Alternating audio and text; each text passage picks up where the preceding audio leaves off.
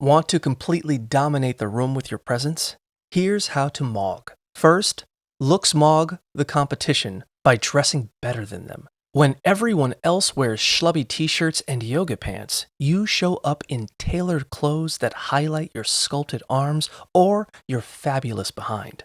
Next, frame mog the room by standing straight, spreading your feet, and letting your arms drape casually over the backs of couches to take up space. Want to lock it in for selfies? Mew your way to a snatched jawline by flattening your tongue against the roof of your mouth. Or try targeted facial exercises to tighten a turkey neck. But remember, mogging isn't just about physical beauty. You can totally mog someone without being the handsomest or prettiest person in the room. Let your intelligence and charisma speak for itself by showing empathy, honesty, and kindness. Ultimately, stop comparing yourself to others.